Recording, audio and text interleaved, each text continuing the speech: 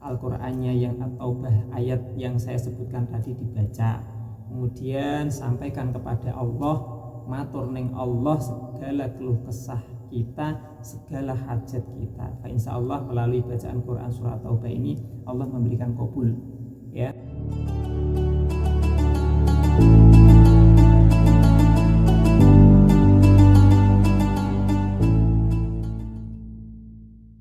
Assalamualaikum warahmatullahi wabarakatuh. Bismillahirrahmanirrahim.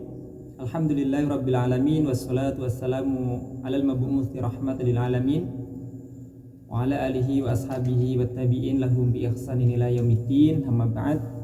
Sahabat sekalian yang dirahmati oleh Allah Subhanahu wa taala, semoga kita senantiasa dalam lindungan Allah Subhanahu wa taala dan selalu dalam kasih sayangnya.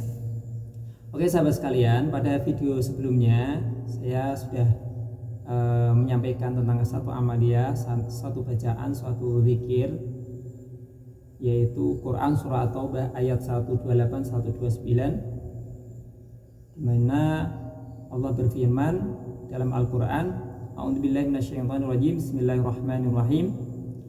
Laqad ja'akum rasulun min anfusikum azizun 'alaihi ma anittum harisun 'alaikum bil mu'minina raufur rahim. Fa in tawallaw faqul hasbiyallahu la ilaha illa huwa 'alaihi tawakkaltu wa huwa rabbul 'arsyil 'azim. Oke sahabat, jadi pada Quran surah At-Taubah ayat 128 atau sampai pada 129 ini ada satu hikmah, ada satu manfaat, di mana manfaat itu yang pertama tentunya bisa Allah memberikan panjang umur dengan perantaraan membaca Quran surah At-Taubah tersebut. Lalu kemudian dimudahkan urusannya, diberikan keselamatan oleh Allah dan banyak hal sesuai dengan hajat yang Anda maksud. Pon sampean duwe hajat nopo, jenengan punya hajat apa, tua muda, ya besar kecil punya hajat apa, diwasilah dengan perantaraan Quran surah At-Taubah ini. Insya Allah Allah memberikan kemudahan pada urusan yang kita hadapi. Kaifiahnya bagaimana, tata caranya bagaimana? Dalam satu redaksi dikatakan cara membacanya, cara mengamalkannya itu cukup dibaca 7 kali. Waktunya kapan? Waktunya ba'da sholatil maktubah, setelah seseorang tersebut selesai melaksanakan sholat maktubah, sholat 5 waktu, ya, zuhur, asar, maghrib, isya, subuh. Lah berat, ya ambil salah satu, ya. Kalau berat ya ambil salah satu. Karena apa? Islam itu agama yang meringankan, tidak memberatkan. Jangan sampai apa yang menjadi zikir kita, amaliyah kita itu menjadikan beban pada diri kita sendiri. Kalau enggak kuat 5 kali 5 waktu ya dikurangi 4 waktu juga bisa. 2 sampai 1 kali saja nggak apa-apa. Kalau 1 yang dipilih yang setelah sholat apa? Monggo terserah, baik semua. Yang penting apa? Istiqomah. Musuh terberat bagi kita dalam mengamalkan sesuatu itu adalah bagaimana kita iso istiqomah, bisa istiqomah. Kalau nggak bisa istiqomah yaitu kayak iso rutin, kayak orang gali sumur, nggak bisa rutin galinya, nggak nemu sumbernya, yo. Jadi sahabat, kaifiahnya seperti itu, tata caranya seperti itu. Yang jelas la yamassu ilal mutahharun. Qur'annya harus dipegang dalam keadaan suci dari hadas besar ataupun hadas kecil. Kemudian memakai pakaian yang bagus atau kalau tidak yang bersih, suci, wangi, yang jelas. Kemudian bacalah ta'awudz, baca bismillah juga bisa. Lah Qur'annya surah At-Taubah ini kan di tengah, enggak di awal, ya. Ini di tengah. 128 129 kan di tengah, bukan di awal.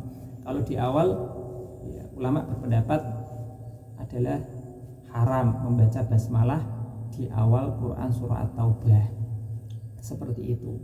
Bukan basmalahnya yang haram, tapi memang momennya itu yang menjadikan kita tidak harus dan tidak diperkenankan baca bismillah. Momennya seperti itu.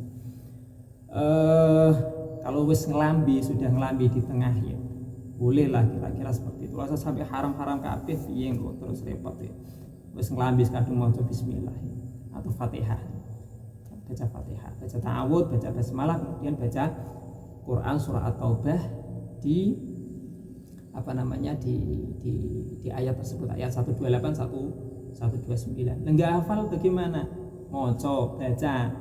Ya, Al-Quran itu tidak harus dihafalkan, dibaca. Kalau dibaca itu dapat pahala double karena melihat teksnya, ya, melihat struktur daripada tulisannya, khatnya, gitu kan. Lalu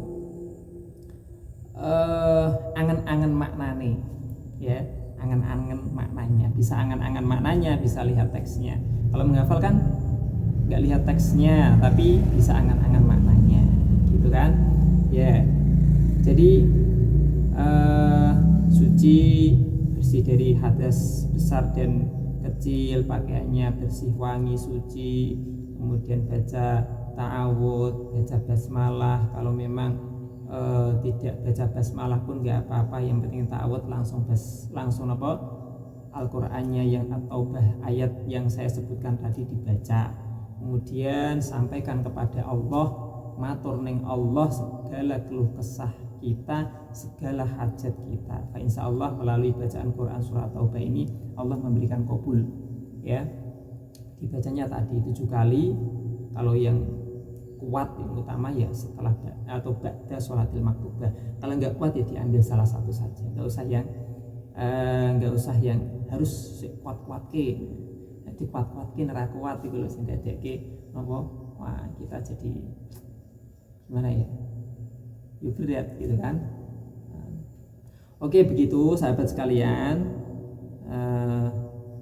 amalan atau bacaan yang bisa kita baca. Semoga dengan perantaraan membaca kalamullah berupa Quran surah At-Taubah, laqad ja'akum ila akhiril ayat tersebut, Allah memberikan kemudahan pada semua urusan kita. Amin ya rabbal alamin. Sekian dari saya.